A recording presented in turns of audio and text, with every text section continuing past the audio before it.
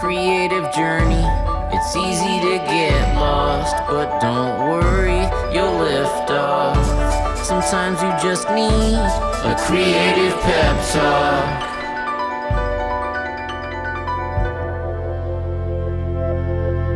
This is the kind of episode you throw on when you're in a creative funk, but you don't know exactly what you need. It might be in here because we're going to cover a lot of stuff because this is a special edition of an Ask Dr. Pizza episode. Ask Dr. Pizza episodes, we cover a few different topics. Usually they're questions sent in by an audience. They are a listener favorite. The people usually tend to enjoy these episodes. This one's special because we have a listener live in the studio. Here he is. Just kidding. He's not actually here. We talked over the internet. But Jake Martin volunteered. He had some questions he wanted to ask me, and it just sounded like a good fit. So we set this up. We chat through so many different things. He was really, really great at this. He has some experience, and we covered some grounds. We covered creative discipline, the oxymoron. How do you find any consistency in your creative practice when being creative is about doing new things? We talk about how to find some consistency and discipline in your practice in a way that's not boring and actually manageable. The second thing we talk about is finding a new muse when your inspiration is dry, when you're not interested in art or maybe even life. What do you do when you need that new hyperfixation, that new thing to be passionate about? How do you find it? How do you tap back into it? How do you pick up the thread?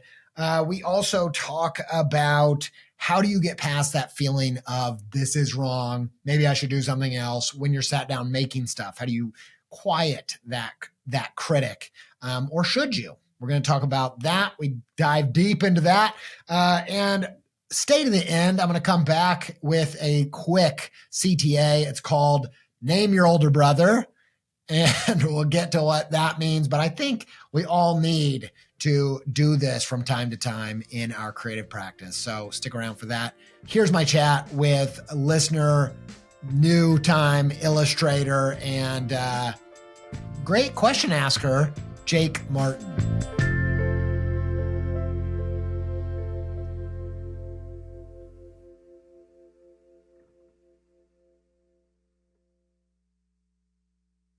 So this will be a kind of unique version of an Ask Dr. Pizza episode where I'm actually talking to somebody. Who are you? Hello, my name's Jake Martin, and I'm just a nobody who really was enjoying Andy's Come podcast. on, give yourself more credit than that. And I am a fledgling or starting illustrator who's always really enjoyed drawing my whole life. Took a lot of drawing classes in high school and a little bit in college, and then kind of just stuck the track of I'm going to play it safe. I'm gonna go into marketing instead. I'm going to get a job that's in marketing. It's good. And it's a good idea. That has some connotations with it, and I've done that for the past, let's see, I graduated in 2014, so I've been doing that almost for 11 years. And I just recently started listening to the podcast, and I was like, man, I really want to get back into illustrating and make this something more that I can pursue alongside my career, and potentially make it into something bigger. And potentially go into radio. You could have played this whole thing differently because you have this authoritative voice. Like, I've been in the game for years. Let me teach you something. And I'm sure I can learn from you, but appreciate that. You should have just went in there hard like that. Funnily enough, I went into college with the idea of doing radio. Really? Yeah, everyone told me, they're like, "Oh man, your voice is so great. Your voice you is got so a good great. voice, yeah." But then again, everyone is like, "Oh yeah, radio's kind of on the out, brother. You don't want to go into that." It's a tricky podcasts business. Yeah. were just starting to pick up in like 2010 to 2014, and I remember going to like our local NPR station, and I was like, "Hey, can I like intern with you guys?" And they're like, "Well, do you know what a podcast is?" And I was like, "No, I guess I should figure this out." That was like 2014, you said? 2013, 2012 when I did that. Yeah. Yeah. We started in 2014. I was kind of a early adopter on podcasts. I was listening to podcasts in like 2008 or something. I was very into it for all kinds of different reasons. But Yeah. And then podcasting hit kind of a bubble, even though podcast growth is still happening and it's happening a lot on YouTube. The Yep. ad market really hit a bubble in 2022. Hmm. So yeah, that world's also different. It But really is. there's always opportunity, and there are ebbs and flows, But I'm pumped to talk with you. You Same. have done like a video podcast of some kind, right? Do you Yes. want to talk about Yes. that? So I've Your done face. two podcasts. So Yeah, let's hear about it. Okay. I'm not an amateur in the podcasting space. I don't think at this point. But yeah, I have been doing a video game podcast with my friends since 2015, 2016. Yeah. And it's very irregular. We started off trying to be regular, and then again, working the full-time job. On top of that, I was like, I don't think I can do this. We weren't making any money, so it Yeah. felt kind of silly. And now my friends have kids. We're all in that parent stage, and so my friend and I that are still doing it, we just podcast every month, every 2 months, whatever feels right for us. Right. And then I did another podcast with a guy in the UK named Retro Dodo. He still is running stuff. He does a lot of emulator, retro console things. He's That's cool. a great guy. His name's Brandon. He reached out to me and was like, "Hey, would you want to help us kind of launch our podcast and get it rolling?" So he and I got together. He was recording in London or like around Bath, that area, which is probably not near London. And then I don't I was think it is, but I don't know for sure, honestly. you spent some time over I there, haven't been to right? Bath though, but I've heard it's Okay. lovely. Yes. Lovely. I think it's a coastal place, actually. He's over there somewhere. Yeah, yeah. So he was recording like in the mid afternoon, and I was waking up at like 6 a.m. to record a podcast here in Tennessee. So that was Yeah. that was a challenging but really really good experience, and had a ton of fun doing that. But they were both video game related. Mhm. So you're a big Yes. gamer? Big gamer. And the one that I feel like the stuff that I saw, was there Zelda or Elden Ring or something I heard you talk about? I was like, that's my jam. So I don't know what Mostly kind Zelda, of probably. Zelda. Yeah, all right. I'm a big Elden Ring's amazing too. Yeah. Dude, I love Elden Ring. People are sick of it, I'm sure. It's so, I don't know. I weave it into somehow find a way to weave it into these episodes, but yeah. I haven't tried the new Night Rain game. Dude, That's like it's so good. I was upset. I went through this period of time where it's like all that I wanted to do. It's dangerous. It's really intense. It's so intense. I was like feeling like I think I have to quit doing this because of the stress levels. It's Yes, crazy. it is a You have to like stressful game. maximize every second in that game. It's nuts. Anyway, let's talk about stuff that we're here to talk about. It's lovely to meet you, Jake. Thanks for offering to do this. I know you prepared a few questions. Love to have a chat about it. Dr. Pizza. Yeah, so I already gave my introduction, but being in the space that I am right now, where I am working a full-time job that I enjoy, and I'm starting to branch off into this side illustration stuff where I also feel like there's some opportunity there. One of the first questions I had was kind of around this idea of failure to start, failure to launch. Maybe is that a Matthew McConaughey movie? I don't remember. I think it is Something like that. Yeah. You covered this a few times, but I think it's a good word that we all need to be reminded of or hear more often. Like a lot of people, including me, get caught up in the excitement of a new idea. Like, oh, okay, this is it. This is what I want to do. I see all these cool people doing this thing, and I want to do that same exact thing. So you plan it out.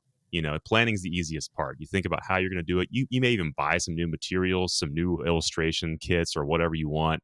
You sit down, you start, and then you're like, oh, this isn't as exciting as I thought it was going to be, or this is harder than I thought it was going to be. Yeah. So starting there, like what advice do you have around that? Or like, have you experienced that, and how have you kind of pushed through that? Absolutely. I think there's a couple things going on there that I think are at play, and there are themes that run through the show because they're so common. They occur all the time, even at the stage I'm in right now. And I think there's two things at play. One is I feel like there is, for me, this idea that flow is supposed to be synonymous with ease. Or creativity is supposed to be synonymous with ease. And I think it's really interesting to think about how the researchers around flow would talk about it's really a 70-30. It's a 70 mastery, 30% challenge. And obviously, I also think it's important to realize that there's a life cycle, there's a flow cycle to any new creative endeavor. I've talked about 21 Pilots a lot recently. I wasn't like an original OG fan. My kids got super into them. They live around here, so everybody kind of knows them. I have my friend That's cool. Mark does a bunch of their video stuff, and so through osmosis, I've picked up a lot. And then I became a fan kind of like late in the game. I really like the stuff they've been doing lately, even though it's not exactly in my taste profile. It's not Modest Mouse. But I super respect them, and I think they do some really awesome stuff. But Tyler, the lead singer, one of the things you notice with him is he's constantly, over the arc of all these albums, changing instruments. And I think it's because of this flow cycle. And where you start on an instrument, it's probably like 10% mastery and 90% challenge. And that's not super fun to be in that learning phase, right? And when I started doing, I wanted to switch to like analog painting, traditional paint for my picture books in about 2017. I started to dip my toes into those paint waters. And I was like, I wasn't painting with my toes, but you get it. But I was like, I was trying that out. And at first it was mostly just difficult. And I think I've always been waiting for that moment. I think it's because of the music docs, like where I want to walk into a Guitar Center, pick up an instrument for the first time. I've never even seen this thing, and start like, making some moves, and the whole shop is like turns and like, whoa, what is this? Oh who is this? I've always wanted that moment, and it just doesn't ever come. And I think what ends up happening is, as you learn something, it goes from a natural trajectory from 0% mastery, all challenge. And hopefully, I think if you're somewhat natural at something, you might start with a 5% or a 10%, like natural kind of, like I see my son picking up guitar. He has a more natural sense of like tone and notes and tuning. And I can see he has a lot more than I have. And so he might be starting with a 10%. And then as you move through the life cycle of learning something, you're that 70-30, that elusive space, you want to maximize that as much as possible. I think you can maximize it too by pushing, not just learning new things on the guitar or the instrument, but also trying to see what else, what can you do with this thing that maybe wasn't intentional, or there's so many different angles, right? It's not just the instrument. You could stay on one instrument probably forever and still maintain some balance. But watching Tyler, you can see how he moves from instrument to instrument. And I probably think it has something to do with, at some point,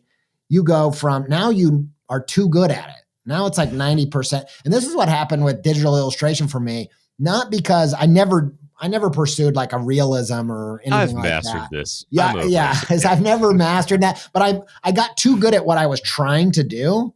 Yeah. And so everything became ultra clean, too locked in. There wasn't any happy accidents. And it wasn't my taste. That was the thing. It wasn't my taste is much more lo-fi. And that was one of the reasons I wanted to switch.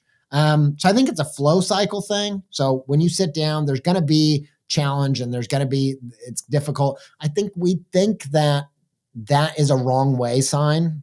That's so much of my podcast is that, like, no booby traps, no treasure. It's like the booby traps are part of it. That challenge is part of it. And then the other thing is, all right, I'm going to take a note, because there's two other things that I want to riff on, because this is probably the question is, why isn't it fun all the time? Or why is it hard? Or it's supposed to always be fun. Yeah. Like I did this because it was fun, but I'd like to give you a little space to respond before I just continue to. No, that's great. I had a few thoughts when you were talking. And I think part of this, and I think you may have mentioned this too, part of like the struggle is you build a picture in your head of what it's going to be like, and that is so at odds with reality. And that's the case for almost anything in life. The comparative nature of social media, whatever else kind of you are forming images with, or just this idea again. So when you go to sit down, and we know this, but like, it's really hard to get over that hurdle of okay, it's for me to get to point B where I saw that person that I really admire. I'm not seeing all the other 90% of that person's day True. where they're just grinding away, making terrible art or terrible creative work this entire time. And I'm only seeing that 10%. And so Definitely. for anybody, my buddy and I were just talking about this at a bar last week where he was just like, he's like, yeah, I really admire this writer and I'll never be as good as him. And I was like, well, that's not true. Yeah. Like you're only seeing his published pieces. Like It's true. the writing that you produce is really good. And, you know, if you keep doing this and you really produce some stuff that's highly edited and you spend a lot of time on, like you'll have writing that is almost as good as this person because you know that person that you Yeah. admire Yeah. has stuff that they've not shown the public The that's not good. bloopers. Yeah. Yes. So I think that's part of it. I think that's part of it is like making time or like making sure to remind yourself that the stuff that you're making, even if it's not the best, is part of it, is part of getting to the pieces that you really enjoy. Absolutely. I think there's a few things that I would want to qualify because there's a challenge and a negativity and a kind of negative experience to creating that is good and part of the process. And then there might also be some that is maybe really getting in the way of yourself. And so I feel like one thing that's really helped me is to realize that part of my creative process is negative, but in the way that wrestling is negative. If you like to wrestle, I never wrestled, never really my thing. I didn't really like even the kids that got too rough. I always remember like, whoa, what are you touching me for? Stop it. That kind I don't have that kind of strength. I don't know. I didn't like that kid. Okay. Those kids that would get rough. It wasn't my thing.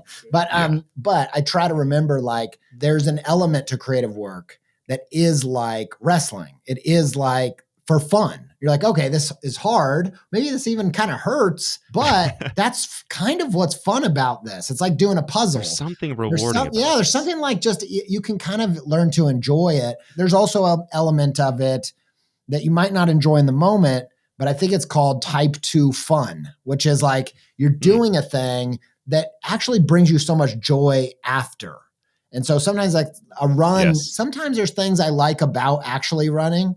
But a lot of the benefit is after. It's after I feel a lot better. 100%. You know what I mean? And so there's a lot of ways that those things are at play as you create stuff. Sometimes you are feeling the flow and enjoying it as you're doing it. That also happens. But the only thing I wanted to qualify was I think the way that it can become, and you don't ever know, you don't have a constant brain scan of, is this the right energy that I'm in or is this the wrong? You don't know. But I think that one of the energies that maybe shouldn't be part of the process and the ideal is when you have the editor and the creator firing at the same time, trying to fight in real time. And you sit down, you're drawing, you're making something, and your editor is saying, this is shit. This is not going to work. Like that negativity actually Absolute garbage. Yeah, I don't think that's part of the process. I think the ideal is separating that out. I'm not the first person to say this. It's a common thing, but I think it's worth talking about because you have to figure out how do I create the environment in which I can separate those out. It can be, I like what Austin Kleon talks about where it's like, it can be two different desks. You know, I like the idea of trying to externalize your mind. Be like, okay, I want to get to this side of my brain. That's over there. That's that part of the room. I can't physically separate myself. I need to make an actual space for it. Yeah. So I think that's where that negativity maybe isn't so productive. Yeah. But even then, sometimes it's just part of pushing through that. So I think it's all part of it. The other piece that I wanted to mention was I've mentioned this on a recent episode where it's kind of like putting in a USB stick where you have to try it both ways. You do it the right way and it's resisting and you're like, that's not right. And then you flip it the other way and then you feel the real resistance. You're like, oh, that early resistance was actually the right way. So I think for me, it's like, that's creativity for me. I often have to do two different versions of something. And because my brain is criticizing it. It's like, well, that's not right. That's not right. Well, I won't know. Like I did a poster recently where I did a version that was flat color and then I did a version that was watercolor. And I had to do both because while I was creating it, that editor would not shut up. They're like, oh, this is not it. And I'm like, okay, maybe it's not it. All right, I'm going to do both. I'll try Give a different me one. damn We'll see. second. And it's so much easier to decide after rather than during. And it's a way of dealing with that critic of saying like, hey, it's cool. Yeah, you might be right. Look, but we're going to do both versions. Okay. We'll feel it out. Yeah, we'll feel it out after it's done, because what it wants to do really is to stop you from doing it. And I think it's probably like a survival mechanism. It's trying to say what you're doing might make you ostracized from the community. Yeah. Oh, this is going to be bad. This is your worst piece yet. Don't put this out. You're so like, it's, okay.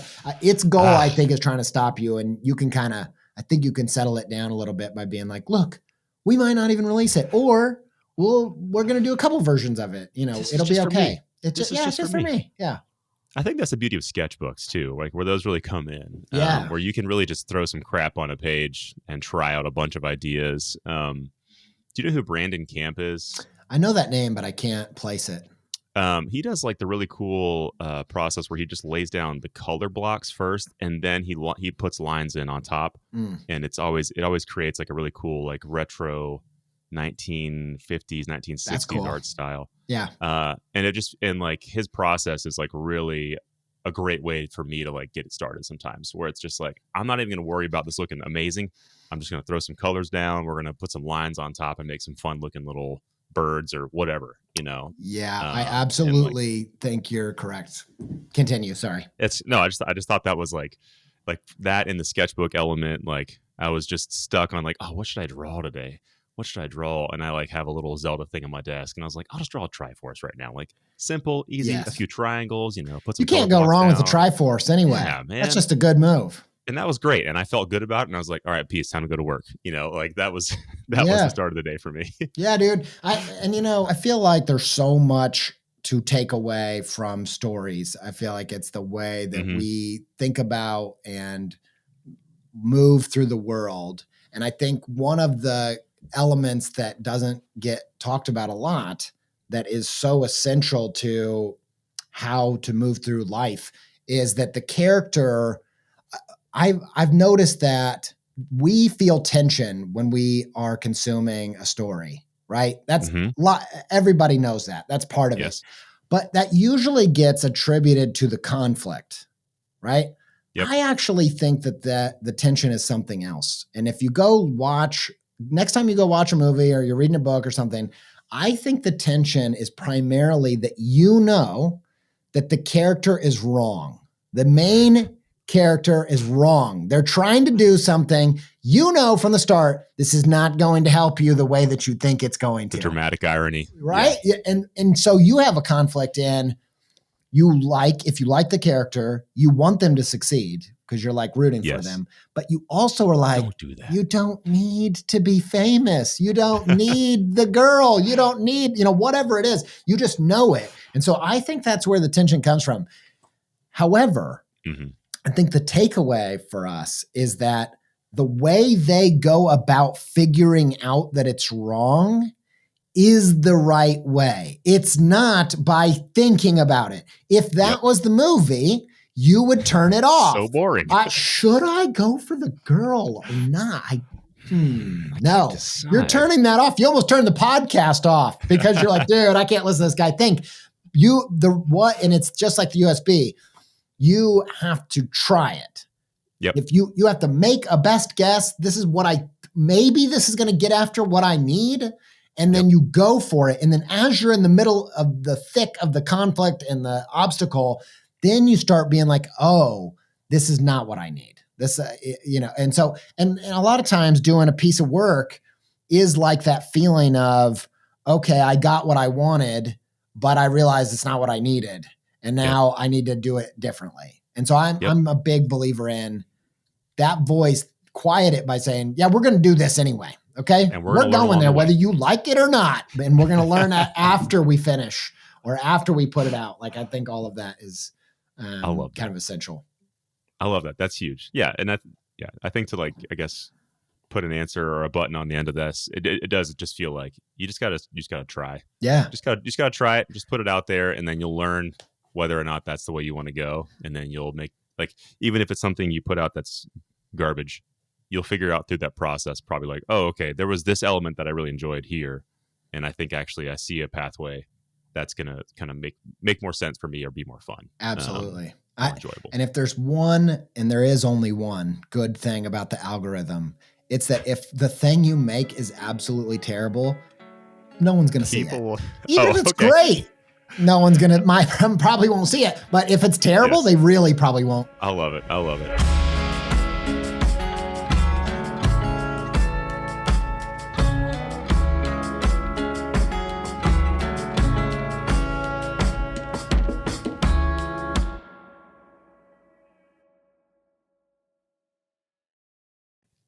Okay, so kind of, I mean, these all kind of flow into each other, or at least I hope they do.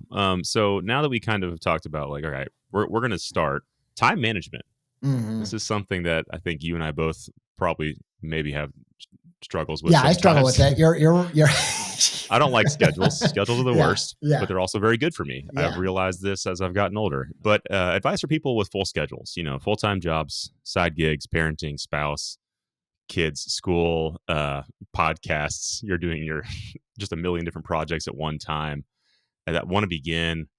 What's the best place to start? Like, what have you found that really has helped you sort of make sure you're doing the things you need to do while also doing the other things you need to do? Yeah. I mean, I think it's a great question. I always like to acknowledge that there are just so many different circumstances out there, including people that are caretaking, including people that are in chronic illness, people that have huge financial liabilities for whatever reason. And I think it feels irresponsible to say, no matter where you are, no matter who you are, you can always be creative. I don't really subscribe to that. Now, I do think that you have to be careful with the voice that says, I'm the exception.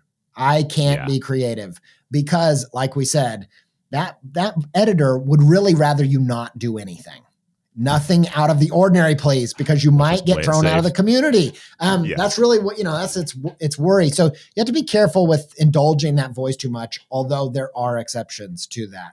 The only thing I would say, or the main thing I would say, is that the worst possible scenario that you could be in as a creative person is that everything that you're doing, all of what you want to do as a creator, is monetized, is your job.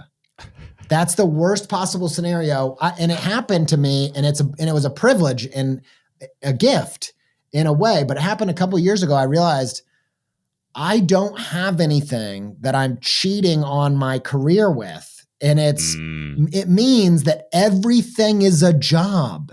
Everything is work. I got what I wanted, but it wasn't what I needed. I need to always have some creative work on the side that is making me want to wake up a little bit earlier, want to go to sleep a little bit later. If I don't have that, I don't have my creative impulse.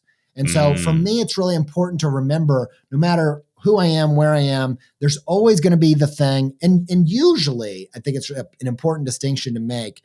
Usually the thing that I'm able to make money on is past its prime little sweet spot of 70-30 mastery, because I've really proven my mastery at it. Once you get there, that's when people are like, we'd love to pay you full time to do this thing that is just a little bit joyful for you. I don't want to do it anymore. It's too late. And it's, I think you can get really, like, for the podcast, doing 500 plus episodes of it.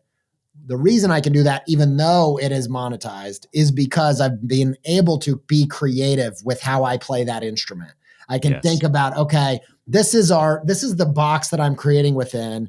I can do anything inside of here, anything that's inside of creativity, basically creative practice. And I have several sections, and there's so many episodes that are really about life, or, about psychology, or about, I've been able to find so many different pockets to Yeah, keep you it can interesting, choose. Yeah. You can choose what direction you want to go And on the that's not podcast. about time management. That's not about time management. But I just thought it was interesting to say from the start, the ideal is that you always would have a new little thing that's really, because when you have that, that's, to me, I have a strong feeling is deeply connected to dopamine, which if you're a creative person, you might have a dopamine issue. And so dopamine is really, I don't know. I only know the very basic crap about it, but I do know that it's about chasing. It's not about getting. Yeah. And so when I didn't have that little thing that I wanted to do for no money, no one was asking me, I didn't have dopamine. And once I do have that, when I'm like, I know, okay, I'm doing this, but I know I want to go do that. This feels great.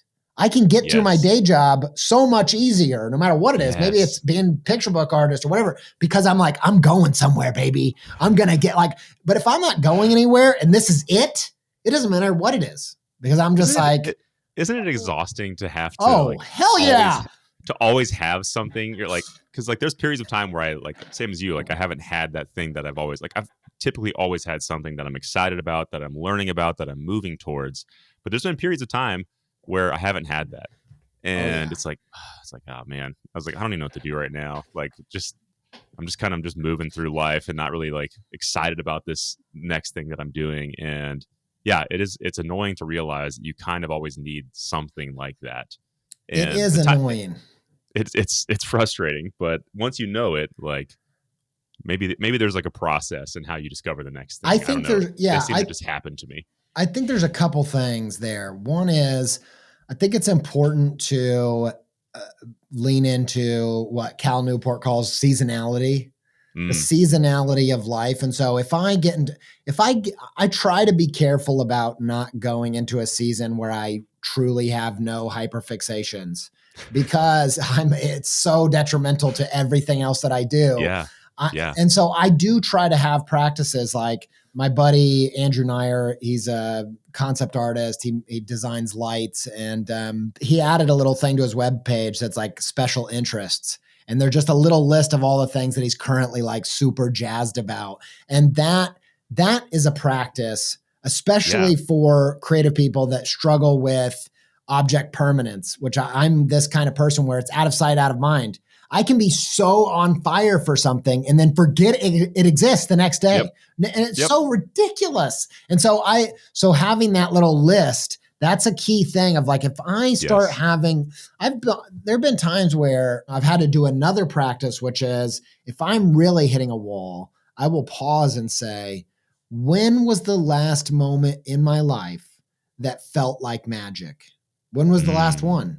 And then and there have been times where I thought, oh, it was a year ago. And it was this conversation.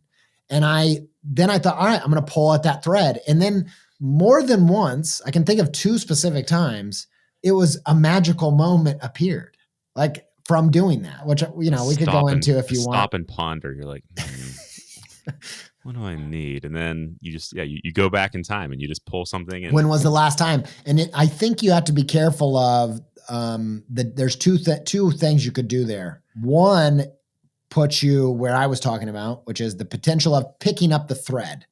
That I do think is really important. What you don't want to do is be midlife crisis stepdad and be like, the last time I was on fire was high school, man, and your Uncle Rico. Like, that's not what I'm talking about. I'm talking about mountains. Exactly. I'm not talking about that because again, a lot of those things, whatever you were doing, the flow cycle's gone. Like you can't rekindle that. I'm talking about where's the thing that you dropped the thread right, as you're picking it up. And there's been at least, like I said, there's been at least two that come to mind, but it's probably happened more than that, where I've really hit a wall and then had to do a little bit of reflection of what was like happening, and then I just completely dropped the ball. I think that's really useful. And then on the seasonality front, if you really, really are hitting a wall, I feel like it's good to trust life a little bit. If none of that works, and say, okay, well, maybe it's time to do some enjoying of the moment. Yeah. instead of chasing, which Right. that's difficult for me. But there have been seasons when I feel like I had to do that. Yeah. It's a huge mindset shift, I feel like, to go from the chasing we've been talking about to like, okay, breathe, reset, think about where I am right now and all the cool things that are like in front of me that I can do. It takes a pretty intentional approach, I feel like, most times to switch to that. But It does, yeah. And I when you do, can't it's good. I can't live that long, honestly, in that period. The other thing you can do, I think, is I try to have a discipline. I don't even know how we got here, honestly. I don't remember That's how where this goes. I That's don't how know. this Yeah, goes. but I Organic. try to have a discipline of. I mean, I do have one of the most disciplined areas of my life. It's so dumb is listening to new music. Okay. And that was something. I am someone who is constantly like looking at the world and thinking, if I'm looking at someone who I'm about to be 40, looking at someone who's 50 that's a creator, and I think, oh, I want to do what they're doing, or I don't want to do what they're doing, or how did they get there, or Yeah. that sort of thing. I'm always thinking about that. One of the things I thought from probably my early 20s was I don't it's fine if you don't mind this, it's fine. That's your path. But I knew I don't want to be somebody in my 40s only listen to music that I listened to in high school, because music matters so much to me. And it brings me so much dopamine, it's all about that. And so I knew like the way and I watched people do that. And I thought, oh, the way that you do that is, the reason you get super into music is because of an older brother situation. You might not have an older 100%. brother. I do. You're 100%. right. Okay. You have this feeling of, I have to figure this out or I'm going to be so lame. He's listening to all this cool stuff I've never heard before. I have to like this too. I have to do it. And we forget that. We forget that the reason when I heard Modest Mouse for the first time, I was like, this sounds this is noise. Weird. What is this? He's got a lisp. Like, what's going on with this? I was like, what is happening? And I didn't like it. But it did make me curious, because I thought, here's a guy, my buddy that showed it to me. He loves it. And I like this guy. This guy's cool. I respect him. Yeah, I respect him. And so I think there's an authority thing too, of like, I try to give other people a little bit of authority, of like, at least to be curious about. And so that is a discipline that has helped me not fall too far out of those seasons, because I try to stay open and remember, you got to have older brothers. If you don't, you are going to get you're going to get stuck in your ways. And I think, again, it's like a cycle where you have to have periods where if you're in that dry spell, you need to find your older brothers. You need to go get some education, open up. Friends. Yeah. Hey, you're my older brother now. Exactly. I'm need you to give me some music recommendations. You're now my older brother. And it's anything, right? It can be anything. Find someone that you respect, that you feel like knows a little bit more than you in this area. And you got to have an open season. We're like, I'm soaking stuff up, even though I probably don't like it at first. That's really, really essential. The only thing is, and this is what everything in creativity, I think, has a seasonal element. It has a pulsing, like swaying from left brain to right brain. It has this, it's cyclical. So you have to have that open season. And then guess what, though? If you stay there, you can't make anything. Because you have to go to the other season and say, you know what? I actually know something. I've got something to say. Now that I've formed an opinion on this. That's it. And then you have taste. What I think about it. Then you're like, oh, this is what we should do. Like, but you can't stay there either. Yeah.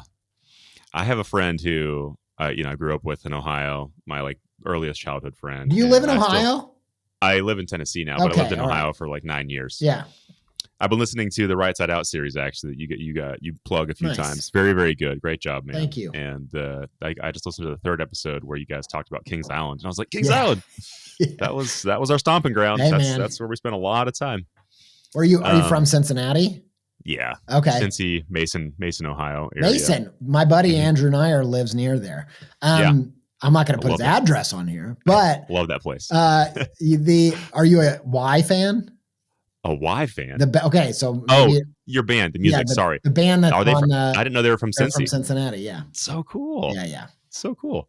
No, yeah, we had a few bands, a few high school bands also that like came up that I still listen to. And Lou was one of them. I don't know if you've heard of those guys, but they played in our high school. And who is it? Enlou, Okay. ENLOU. I don't think I have. Really cool. Nice. Kind of like the same time like I discovered Modest Mouse and a few of those other bands. I was like, oh, it's they like sound kind of like them. 2000s, like that kind of. Yeah. Yeah, dude, it was huge. A great era. I forget where I was going with that. You were talking about, sorry, I interrupted you a couple times. I'm very unmasked right now. And that's because you've asked good questions. So I'm like out of the box. You were talking about growing up in Ohio, and it was in relationship. My best friend he's my source for all music inspiration. So he and I still text a ton, and I'll share some stuff that I hear, but typically anything new he knows about. And I'm like, hey, and we I don't know if you do this or not, but on Spotify, which I have some qualms now about Spotify, but you can create your little like shared playlist. Yes. Where you hear music they're listening to and you hear music that like a blend playlist. It's so cool. Yeah, I do that with my daughter. Feature. Yeah. I connect with him all the time on that stuff. That's awesome. Yeah, I think it's really key. I do think the discipline aspect of it is knowing that at the start you're not going to like it. Like that, that is the key. Acquired taste is such an essential piece to it, I think. Just push play on the car ride and just don't skip any music. Just listen all the way through. It's good for you. Just eat it. It's good for you. Yeah. Man, do I feel that right now with a 4-year-old who has his own opinions on eat food. it. It's like, I can't eat pizza every night, brother. I know it's good. Man. I know. I want to too. Yeah. Dude, speaking of, this is gnarly. Like literally last night, he was saying he wasn't feeling good. We're like, okay, whatever. End of the day, he was laying in our bed and he just threw up all on our bed. Pizza, dude, all on our bed. And I'm like, no, not man. Papa John's. Oh, Papa John's. Honestly, I became whatever the phobia is of puking. I got it when my kids were little because especially when they start going to preschool. We had three kids and they were just like cycling through it, like over. So and gross. I started to get to this point where like, if someone's like, my stomach doesn't hurt, I'm like, no, like I'm not going to sleep for days. Like this is going to, Thankfully, I think he's through it. He's happy as can be right now. But yeah, last night was an experience for sure. Had to go to Target, buy some new pillows. I'm like, this is. Oh my gosh. All right. Speaking of barf, let's talk about consistency. Okay. Consistent barfing. Consistent barfing. Please, if you are experiencing that, call a doctor. Please do. Is consistency all it's cracked up to be? I feel like everyone's like, oh, you got to be consistent. You got to just do this every single day. You got to do it. How do you feel about that? Okay. I'll say two things. I always say two things. That's it's the bright eyes thing. All my thoughts come in pairs. That's the lyric. It's so true. But I lost my train of thought because I started thinking about bright eyes. Consistency. Yeah. I would love to say, I'd love to be contrarian on this and be like, dude, forget it. But I'm pretty hardcore about consistency. Mm-hmm. And the reason why I wish that I wasn't is because, and I did a whole episode about this. I wish I knew what number it was. I don't. I can. You don't have them all memorized? I don't at all. But I know it was in the past 10 episodes. It was about creative habits, so that's in the title. And it's why creative people have to do habits differently. And I have a theory of how, and some of it's from like consuming a lot of stuff about ADHD and realizing that, and then just from my own experience. The conventional wisdom of habits says, if you do this thing long enough, it will become automatic. But here's the thing. I've been brushing my teeth every day for years. It's not automatic. When I'm not on autopilot. I brush my teeth every day and obviously twice a day. Okay. For those dentists listening. And I am not on autopilot at all. I am fully 100. I'm never more conscious than when You're I'm doing thinking it. about it the I'm whole like, time.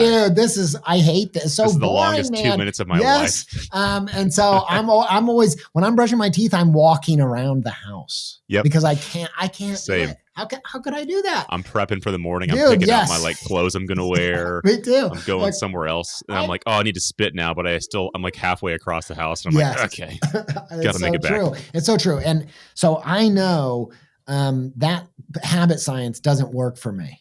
However, I also know that's at odds with the fact that most of the good things in my life have been something that I've been consistent at. 100%. And so what I realized is the metaphor I say in that episode is I don't have an automatic brain. I don't have an automatic car of a brain. I have a manual brain. There is no automatic transmission. Yep. There's no amount of time where I'm going to do this where it's automatic and I don't have to think about it anymore. I run a few times a week. I try to do it every other day. And the only way I've learned to do it is the opposite of what they tell you. They tell you do the same thing the same way and it'll become automatic. Doesn't happen. I can do the same thing, but I have to do it a different way. I have to change the path. I have to keep the playlist fresh. I got to keep my shoes. I got to change shoes. I got to do all kinds of little things that make it fun and novel. And if I don't, I can't do it. And so I hate this because it's hard. It's really hard. If you're a creative person, consistency is probably going to be the hardest thing for you. And yet I don't think there's a way around it. I often don't give enough credit to the daily drawing project I did back in 2011, where I was doing a new character every weekday for a year. I give credit to that for like helping me flesh out my style and developing, one of my most best-selling book and all that. So I do give it some credit. But the thing that I think it did that's just as valuable is it just taught me how to be consistent. And it was, the thing that was essential about this, and they do talk about this in the habit science books, is it was a very light lift. It was like, I'm drawing a character that I could finish this in 30 minutes tops, or like I could finish it. I could do it maybe quicker than that. Some of them were quicker than that. And so there was never an excuse not to do it. I could do it. I could find a way to do it. 10 minutes. 10 minutes. And if I want to take 2 hours, I can take 2 hours. But I knew I could get it done. And it was it was different enough every day. I think after doing that for a year, I could add another layer. Cause I'm like, okay, well, that worked. Well, what if I just like add writing to that? What if I add like these other things? Until now, I've been doing the show for 10 years, and that's an elaborate creative habit. It's like there's so many, long process. Yeah, there's so many pieces to it. And so I think learning that muscle and also like you can flip it. I think it's really essential to figure out how to want to embrace something, not just because you have to, eat it because it's good for you. That's not going to work that long. You got to do. All the psychologists say that is not what you should tell your kids. Exactly. It's not going to work. And so what you have to do is you have to figure out like, consistency matters, but a big part of that is that's the way I want to live my life, is making stuff. I like this quote from my buddy who's an illustrator named Will Bryant. And he said, I make stuff because if I don't, I get sad. It's that simple. Yeah. I'm happier if I'm consistently creative. And so it's not even a thing you have to do. It's a thing that you'll be better off if you're making every day, I think. I love that. Yeah. That's a good word. And that I feel like that applies to running and all kinds of other stuff we talked about too. Like my day is much, much better if I've run. That's why I run.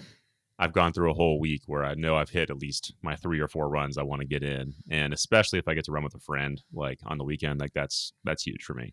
Yeah, that's great. And it's the only reason I run. It's the only reason I've been able to run is because I'm just so much happier when I'm consistently running. Yeah. You need it. If I go 3 days without running, I'll be so grouchy and depressed. And I'm like, what is wrong with me? What? I was like, I haven't run. It's the worst. We are so like predictable, simple. But we think we're not. We're like, I'm not very complex. It's like, no, I just haven't run. It's like, okay. So true.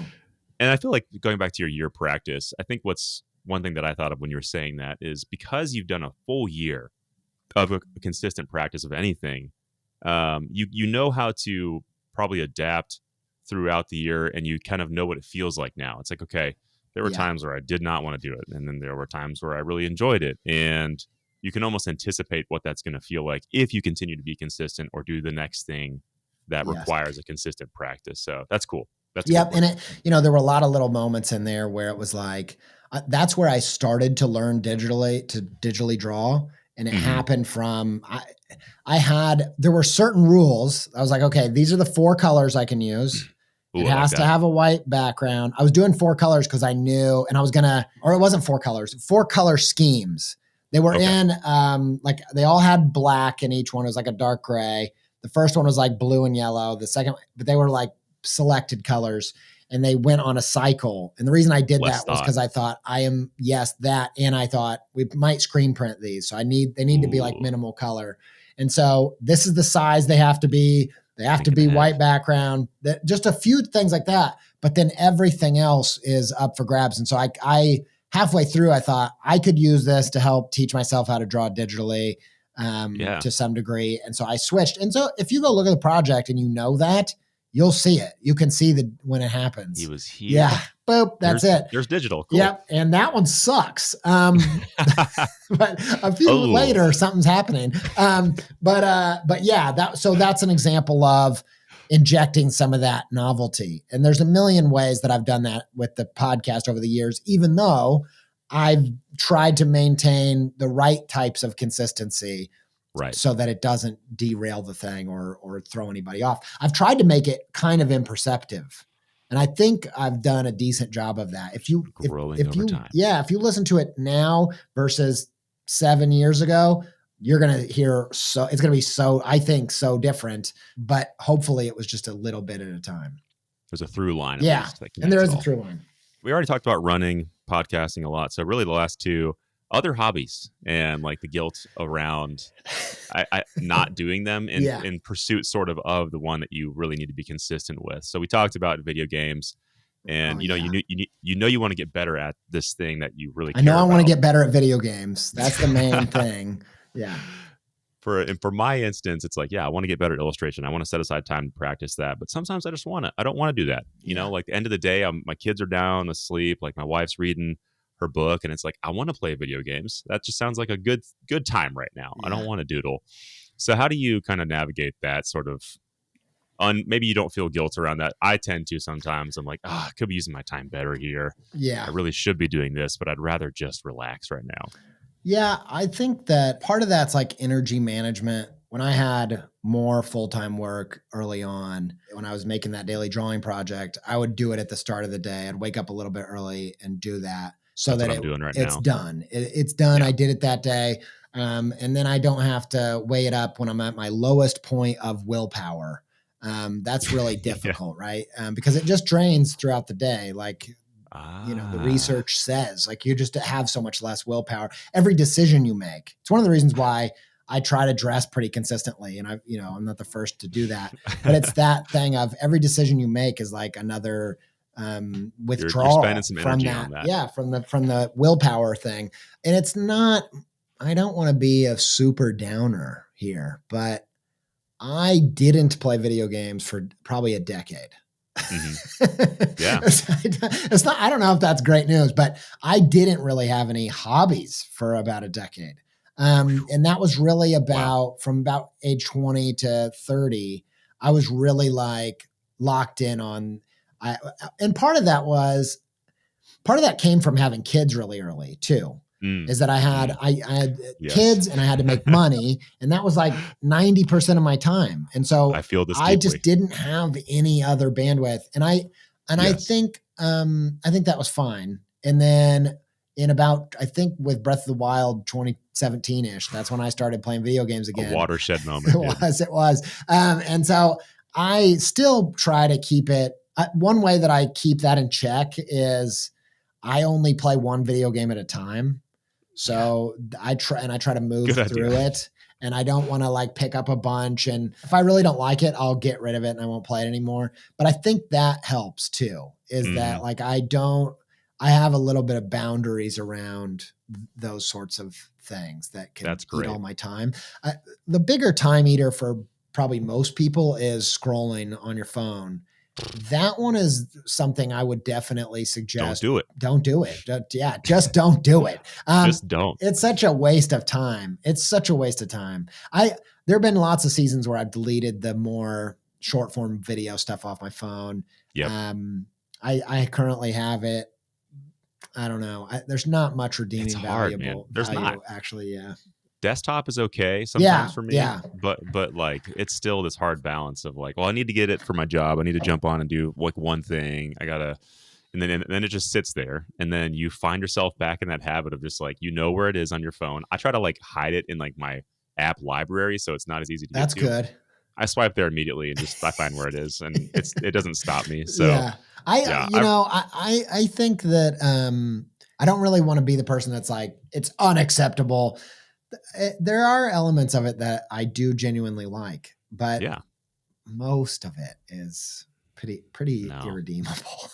No, it really is. It is. Yeah. If you can connect in any other way, whether it's like a newsletter or even Substack, I feel like it's a little bit healthier in terms of social media, even though it still is becoming a lot like Twitter in some ways with their feeds. But I think it's a better situation. Yeah, I think the other thing that comes to mind is I talk a lot about positive psychology, not positive thinking, positive psychology, which is just thinking of yourself as more or less a good thing at the bottom layers, and working with that. I talk a lot about that because that was such a huge shift for me in my creative journey and in my life. One thing I think that gets misunderstood about that is that it doesn't mean whatever you do or whatever you want to do is good, but it does mean that there's probably whatever part of you is wanting that thinks it's adaptive, thinks that this is going to help. And it's the same thing. The part of you that wants to scroll is not bad. It's been hijacked. It's taken a part of you that is an adaptive thing that's looking for a particular chemicals. Something, the right kind of balance. And your brain knows like we need that stuff. And this is a never ending loop of that. Let's get as much as we can.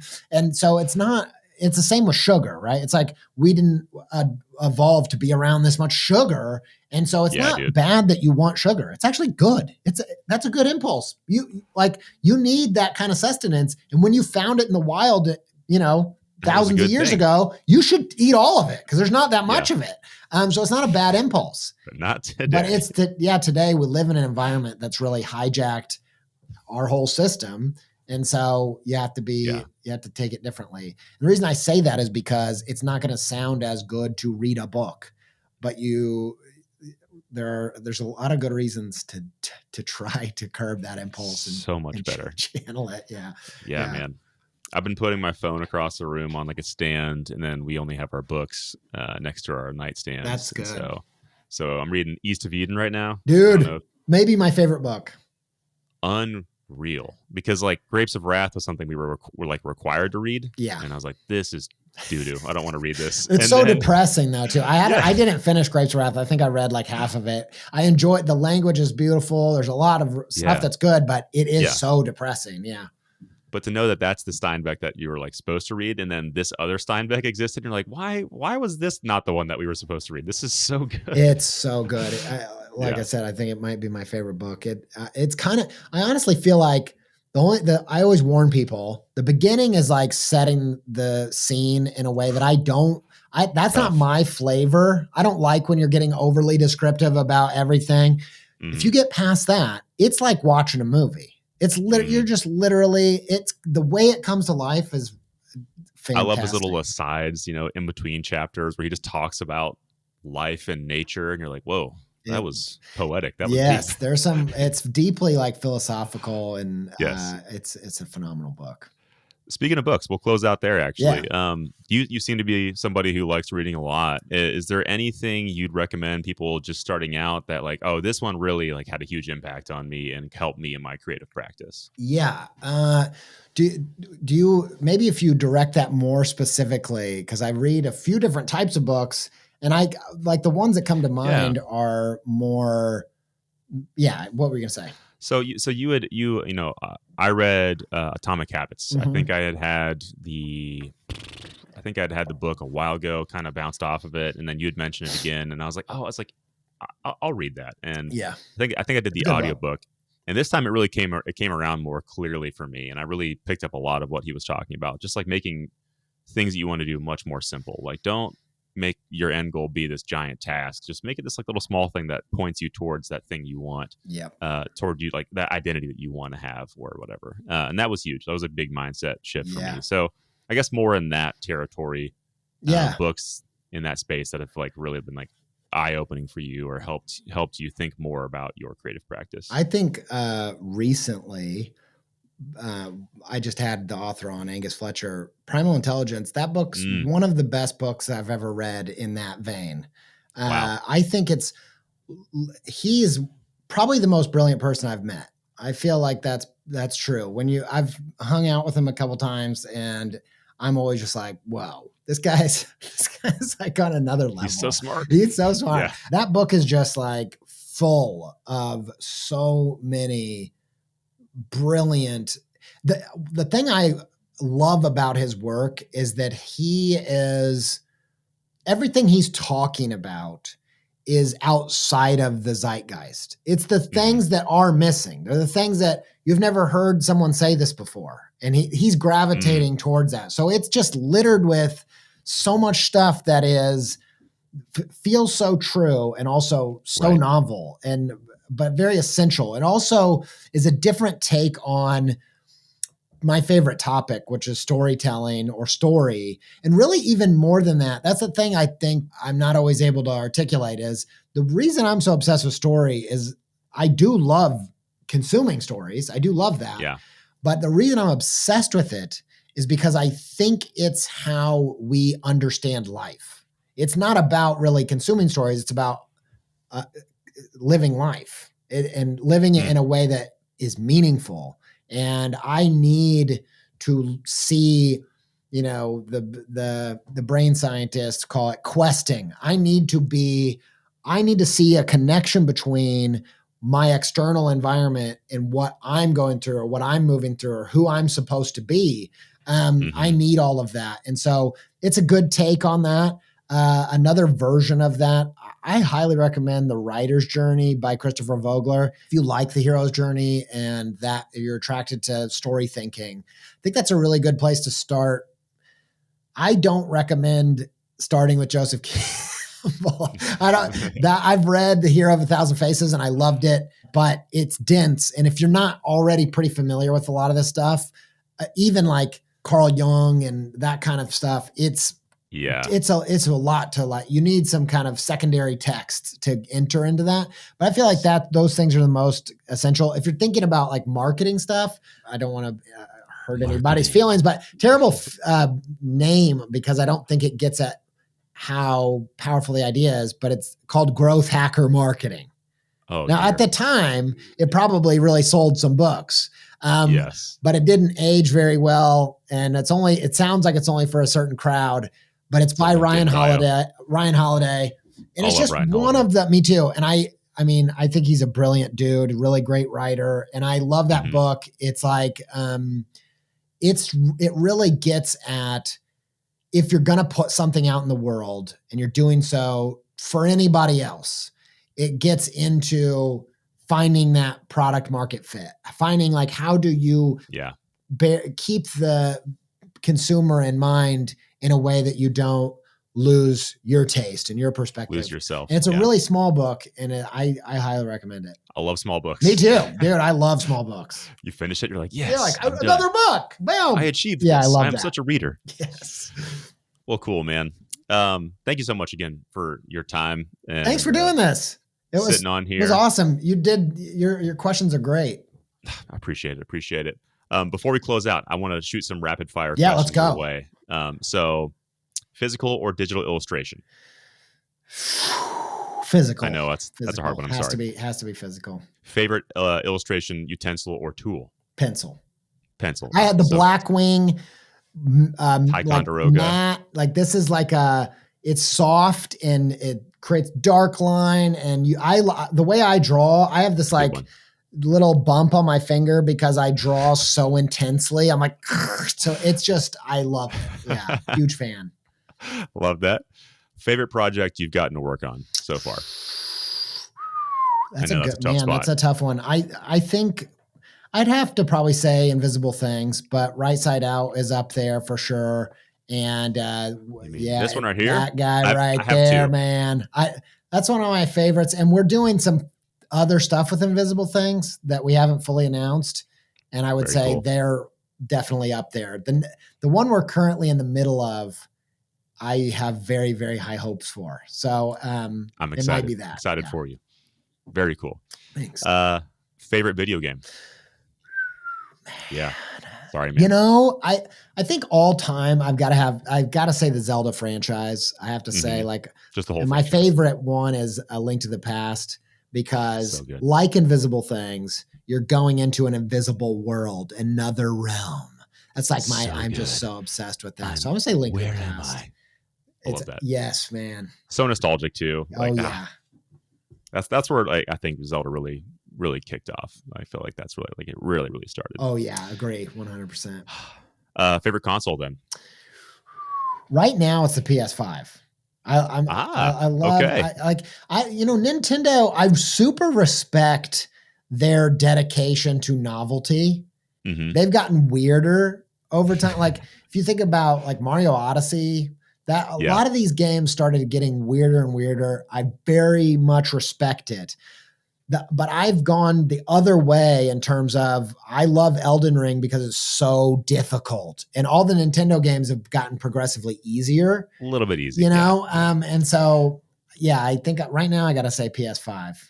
Good. Yeah. Wow, that's awesome. Yeah, PS5 has been a fun console, but I feel like this console has seen less big hits, like less big releases. It's true. So like, while we've had some really cool third party stuff, like I feel like Sony itself has not been putting out as much that have been like, very true. Like Astrobot is awesome. I haven't played it, but I heard it's great. Dude, check it out if you like platformers. Very good. Yeah. Favorite 90s cartoon? I probably All Real Monsters. And you can see that in Invisible Things. It's definitely an inspiration. I loved anything. I still do love anything that has like a super never ending cast of characters. It's why I loved X-Men would be up there for 90s cartoon for the same reason.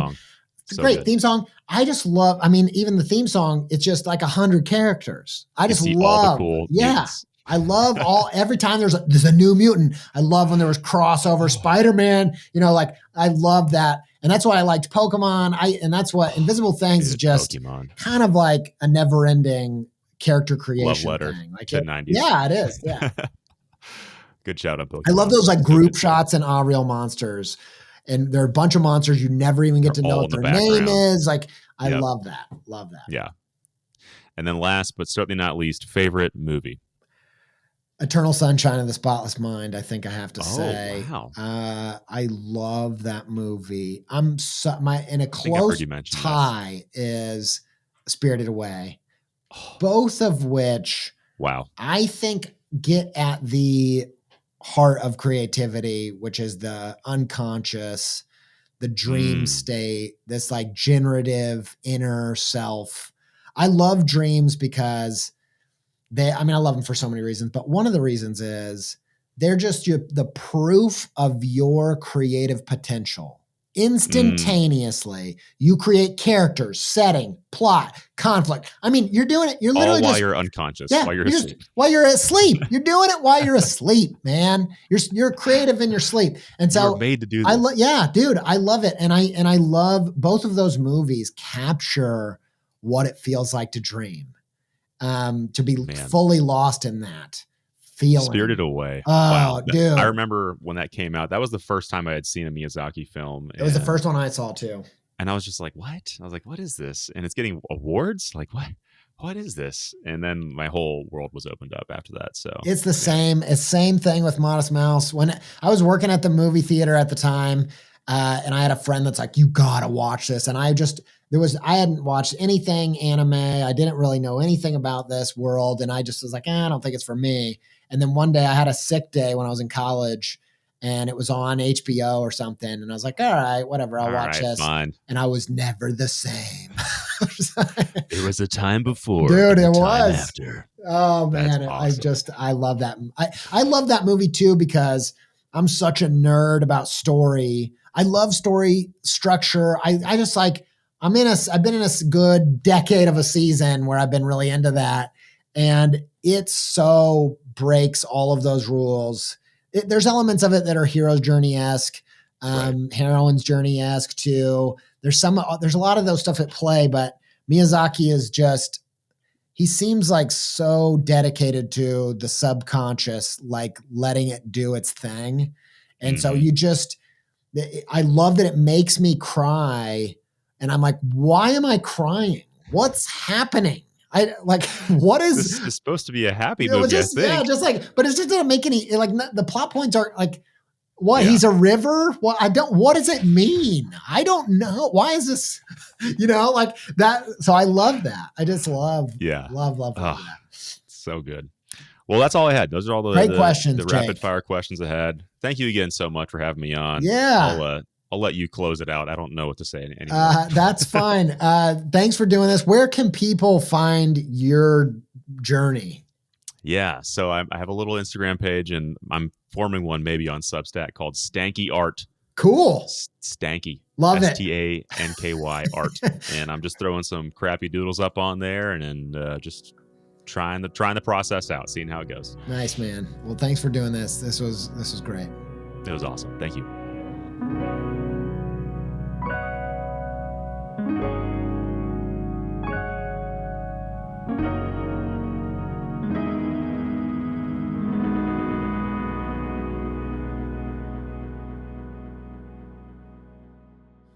All right, I'm back with our call to adventure. Thanks to Jake first. I have to say thank you for taking the time and doing such a great job. It was a blast chatting with you.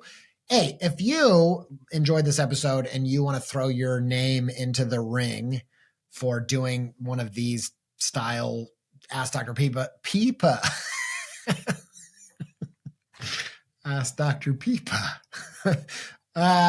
Ask Dr. Pizza episodes, send me an email with some questions that you'd want to consider chatting about, and we'll let you know if it's a good fit. You can email me at hi@andyjpizza.com. Thanks to Jake. Here's your CTA, your call to adventure this week. It's called Name Your Older Brother. We talked about this in the episode. Everybody needs an older brother or an older sister, an older person who you can give a little authority to, who you can trust, maybe know something you don't know, and taste some of the stuff that they're into, even if on first blush, it's not doing it for you. I think that acquired taste process is something that I think the reason why a lot of people in later in life lose their creativity is because their taste expires. And it's because they forgot that what got them into this was opening up, admitting you didn't know. And then, going into a season where you do know something and you do have an opinion, you do have a point of view, and you execute on that, but then you got to open back up. And so this is an experiment, an exercise just to think about, who is my older brother right now? Where am I finding new stuff? Where am I giving some authority to? How am I having a discipline of trying new things? And giving them enough time to grow on you. So for me, I still read pitchfork.com for some music recommendations. I also have some other outlets, and I have a way of relating to them. I don't really agree with them on a ton of stuff, but if they give an album best new music and they rate it over like an 8.8, I'm going to listen to it. And most of the time I don't like it, but I'm going to listen to it a couple times. And that's one of the ways that I've kept my taste evolving. And then I also moved out of pitchfork.com, and I have some other places where I find new music too. But you got to know where those places are. And it's not just music. It could be movies. It could be the medium that you create within. I think it's really important to keep your ear to the ground when finding new music and finding new art to be into. All right, that's it. Thank you for listening. Massive thanks to Sophie Miller for I'm just thinking about the mistakes I've made. Not in life, but those two, just in trying to record this in bit. Thanks to Sophie Miller for being an editor and producer on the show. Thanks to Connor Jones for the sound design, audio, edits, animation, video stuff. Connor Jones of Pinning Beautiful. Did I say that? That's who does it. Massive thanks to Yoni Wolf and the band Y for our theme music and soundtrack. Until we speak again, stay pepped up, y'all.